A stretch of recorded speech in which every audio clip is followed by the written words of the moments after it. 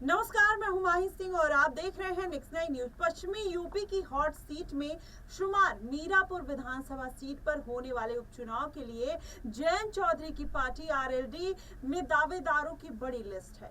इस लिस्ट में सांसद, जिला अध्यक्ष, पूर्व विधायक, जिला पंचायत अध्यक्ष और जिला पंचायत सदस्य भी टिकट मांग रहे हैं। कोई खुद लड़ना चाहता है तो कोई अपने परिवार के सदस्यों को लड़ाना चाहता है। लिस्ट भी इतनी बड़ी है कि केंद्रीय राज्य मंत्री जयंत चौधरी भी टेंशन में आ गए हैं।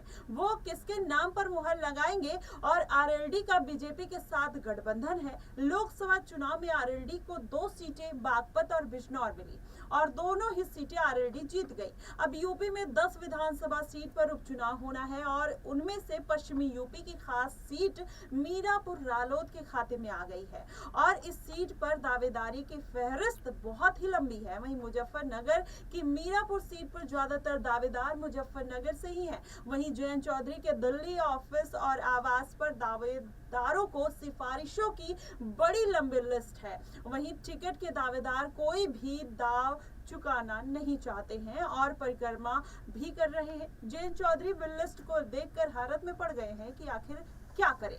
वहीं मीरापुर से विधायक रहे चंदन चौहान लोकसभा चुनाव जीतकर संसद पहुंच गए। अब उन्होंने अपनी पत्नी यशिका चौहान के लिए टिकट की पैरवी कर दी है। वो अपनी पत्नी को मीरापुर विधानसभा सीट से उपचुनाव लड़ाना चाहते हैं। चंदन चौहान अपना मजबूत दावा तो पेश कर रहे हैं और ये भी कह रहे हैं कि ये उनकी परंपरागत सीट है। वहीं मीरापुर से पूर्व जब मोरना विधायक जो है वो विधानसभा कहलाती है, तब सांसद जो है चंदन चौहान के दादा बाबू नारायण सिंह वहां से विधायक रहे और यूपी के डिप्टी सीएम भी बने।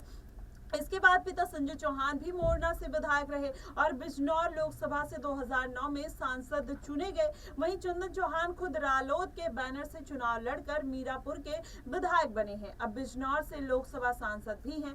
सांसद चंदन चौहान गुज्जर बिरादरी से आते हैं और 3 पीढ़ियों से इस इलाके में अपना रास्ता बता रहे हैं। और वहीं आरएलडी नेता और बिजनौर के पूर्व सांसद मलूक नागर का परिवार भी टिकट की रेस में शामिल हो गया है। वहीं मुजफ्फरनगर के जिला अध्यक्ष संदीप मलिक ने भी मीरापुर से चुनाव लड़ने के लिए अपना मजबूत दावा ठोक दिया है। उनका कहना है कि इलाके को वो भली भांति जानते हैं और जिला अध्यक्ष रहते हुए उन्होंने हर चुनाव में बेहतर परिणाम भी पार्टी के पक्ष में लाने का काम किया है। इसी के साथ प्रदेश महासचिव राम निवास पाल, प्रदेश संगठन महामंत्री अजीत राठी और पूर्व जिला पंचायत अध्यक्ष रमा नागर और जिला पंचायत सदस्य संजय राठी और पूर्व जिला प्रभात तोमर ने भी टिकट के लिए पूरी ताकत लगा रखी है। वहीं पार्टी में 2 दर्जन से ज्यादा नाम है जो टिकट का दावा ठोक रहे हैं। वहीं मीरापुर विधानसभा सीट पर होने वाले उपचुनाव में आरएलडी के दावेदारी बड़ी लिस्ट पर जब हमने आरएलडी के राष्ट्रीय महासचिव राजेंद्र शर्मा से बात की तो उन्होंने कहा कि जब वो पार्टी में उत्साह तब बढ़ता है तो टिकट के दावेदारों की संख्या भी बढ़ती है। पार्टी का कद ऊंचाइयों पर है और ये भी साफ है कि आरएलडी गठबंधन ही नहीं वहां चुनाव भी जीतेगा। वहीं राष्ट्रीय महासचिव त्रिलोक त्यागी का कहना है कि पश्चिमी यूपी में आरएलडी बहुत मजबूत है और पार्टी से टिकट लेकर कौन विधायक नहीं बनना चाहेगा।